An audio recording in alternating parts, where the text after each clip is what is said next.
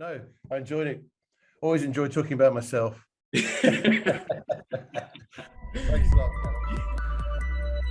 Okay, hello, good morning, good evening, good afternoon, wherever you are based in the world. Today we are talking very briefly, 15-20 minutes with Peter Davies, who is one of the principal advisors, principal property strategists, and one of the main sort of client-facing guys we have here in the company. What we've been doing so far is speaking with industry experts who are experts in one specific aspect of property, so mortgages, company formation, deal sourcing, that sort of stuff. Peter is not an expert in one specific thing, but he is an expert on a broader range of subjects. He's been active in property for 35 years, overseas for how long, Pete? Almost 35 years. There we go, overseas for 35 years as well. So chances are, you know, if he hasn't had the first-hand experience of the situation, he's met with clients and helped people who have. So yeah, today I thought we'd do something a little bit different, Pete. Rather than 3 specific questions, we'll just ask you 3 questions that can try and draw on your experience and may provide a bit of a learning experience for other people that are listening, looking to buy property and living overseas. How does that sound? Sounds great. Excellent. Okay, we'll start at the beginning then. Why don't you tell us a little bit about yourself? Okay. Morning, everybody. I'm based in Thailand. Been here for just over 30 years. I left the UK in 1989, originally from the UK, and went to Australia, where I lived and worked for a couple of years in Sydney, which is a place of my heart, as it would be yours, Callum, probably. Yeah, having been born in Sydney myself, yeah. We moved up to Thailand. I think it's safe to say that Thailand is very much our home now, and you know, we've lived here for so long. Our daughter was born here. She's also in Sydney, of all places, working for one of the big hotels there. Yeah, so basically, I've worked in property pretty much all my life, a little bit of wealth management along the way. But, you know, having worked in sort of financial investment side, we were constantly asked about how to invest, you know, expats, how to invest into the UK property market. And we sort of dabbled in it a little bit half-heartedly, but clearly the message was that you know, it needed to be done sort of full-time, full-on, which is what we did. And and you know, me with my role with APW, I as Callum said earlier, I have sort of a little bit of a front man perspective, talking to the clients face to face. These days it's all done by Zoom. Yeah. I spent most of my career over the 30 years and, you know, getting on and off a plane, probably best part of, you know, twice a week or certainly twice a fortnight, and that all stopped last year. So our face-to-face contact is via Zoom these days, which is pretty much with everybody, which I enjoy, I have to say. I've got an excellent marketing team behind me. I'm not particularly tech savvy, so I do have the role of sitting in front of people, connecting with the clients and directing them, you know, towards their property investments in the UK.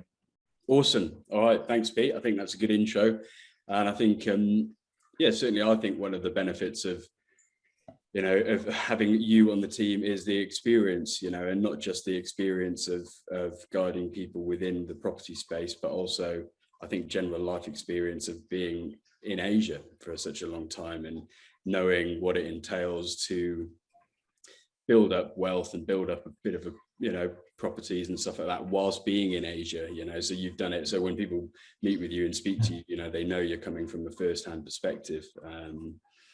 It's true. And you know, I mean, you know, all as expats, we will always have a connection with our home country, if it's the UK or anywhere else for that matter.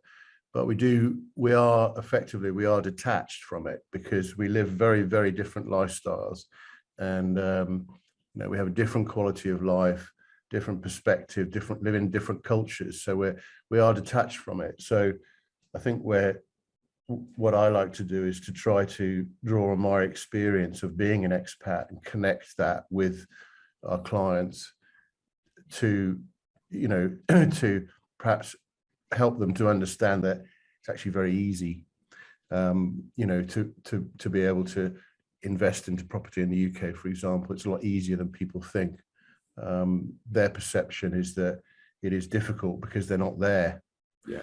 Whereas what we do is we provide them with effectively like a hands-off approach, and a lot of expats don't know that it's possible. So I find it very useful. Yeah, I think that's true. I mean, it's easy for us to say that it's easy because we do it every day. But when you don't know anything about it, it's quite daunting for sure. Okay, well, we've got 7 minutes roughly left. After this, guys, if you want to hear a sort of more in detailed conversation with Peter and more in detailed chat, then we put up the longer version on podcast ad as well. But for now, just 3 questions, Pete, that I sort of think might be insightful or useful for people to see or hear. So firstly, what is your biggest property lesson, positive or negative? Either way, it's a learning experience. So I already know the answer, but tell us about that. That's very, It's a regret. That's very easy, and it's very negative. There you go. But I do tell my clients, or potential investors, that this story, because it does teach a lesson. I bought a flat in Twickenham in about 1985, 86. I think I paid about sort of 75,000 for it. It was a 1-bedroom terraced house, upper floor, sort of bit of a bachelor pad, overlooking Twickenham Green. And I left in 1989 and I rented it out. And I moved to Australia. I struggled because the interest rates at those, I had like a 90% mortgage on it. Yeah. And Margaret Thatcher did the dirty on us and put the interest rates up to 12-14%. Yeah. And so the rental income could barely cover the mortgage. So I was sending money home from Australia. But the biggest problem was that I was a bit of a cheapskate on the letting agent. Mm-hmm. Big mistake, because to manage it became such a nightmare, especially being overseas as an expat, and because I didn't engage and pay for a good management letting agent, it just became almost impossible to continue. And I sold the flat because of that, which was a big mistake. Yeah, I'll just stop you there. Foxton.co.uk, average price of a sold property in Twickenham last year. Cover your ears. For everyone else, £710,000. So that's what, from 70 to 710. Obviously, that would be for a house, but I think that's an important. Sorry. Yeah, the lesson. I mean, I think I sold it for just over 100, but the lesson learned was that the reason that I sold it was because I didn't get a good management leasing agent in place to basically and pay for that. And I think if, as an expat, I would say to everybody, don't scrimp on management letting agents. Find a good one, pay for it, and you won't have any problems. Yeah, and I think maybe from that as well, it sounds like you were almost, as a lot of people were, I think, became an accidental landlord. Perhaps it didn't sound like you bought it with the plan of renting it out and going to Australia. So maybe what else we could take away from that is have a plan. If you'd had a clear plan and you'd said, right, I'm going to buy, I've lined up the management agent, I've lined up the mortgage. This is what happens if mortgage rates go up. This is what happens if they come down. I'll have it all managed. Here's my cash flow. That's my plan. When you move to Australia, that plan wouldn't have changed, so maybe for people looking at it, be clear on your goals and your plan, and that might help. Absolutely. And I was young and in my 20s, and I had no idea what I was going or what I was doing. And we have a lot of clients who are in that age group, particularly, for example, in the education profession, and they're starting out and getting on the ladder. And that's absolutely key, is think about what it is that you want to do, make a plan, and stick with it to the best you can. Yeah. And you've got to be in it, you know. I mean, 5, 10, 15, 20 years, believe it or not, does go quite quickly when you look back, doesn't it? So if you can buy a property at an affordable amount and, you know, have it pay itself off, it's a good thing to do. All right, so we're going to the next question. I did have another one, which was just general advice you give to people, but I think we did that there, and maybe we can cover that a bit more on the podcast. So just to go to our final question, so we're not keeping this video too long. This is one I just stole off a podcast that I was listening to, is if you could go back and give your 20-year-old self or 25-year-old self some advice as you first stepped off the plane to start your overseas career, what would it be? What would that advice to young Peter be? I think, okay. Don't get too carried away with life overseas.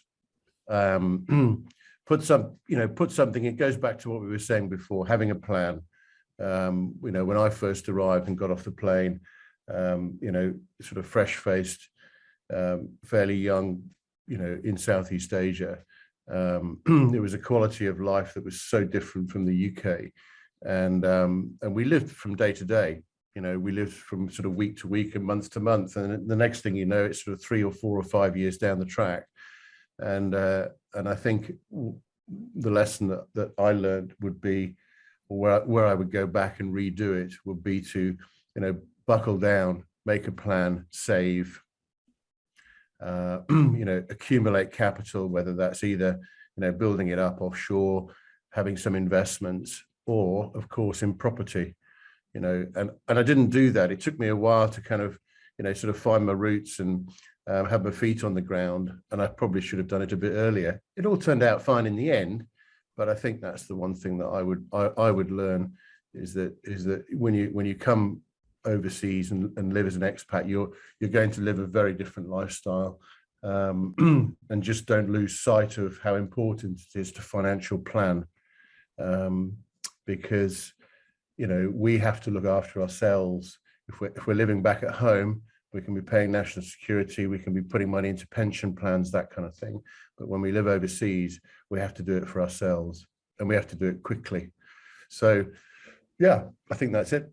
That's what I would say. Very sage words. I mean, I think, you know, you hear it all the time, right? I'm just here for 2 years and then I'm going back, or whatever it may be. And then, you know, I've signed on for another 2 years. And, you know, most expats have a similar sounding story. They came for a few years and they're here 5, 10, 15, 20 years later, you know. So, yeah, great advice. Okay. All right. Well, I think we'll leave it there. Pete, thank you. We'll do the podcast now, which is longer. If people want to hear that and hear us having a bit of a laugh and talking about property, then have a listen to that as well. Any final thoughts, Pete? No, I enjoyed it. Always enjoy talking about myself. Thanks a lot, Callum. Cheers, Pete. Okay. Bye.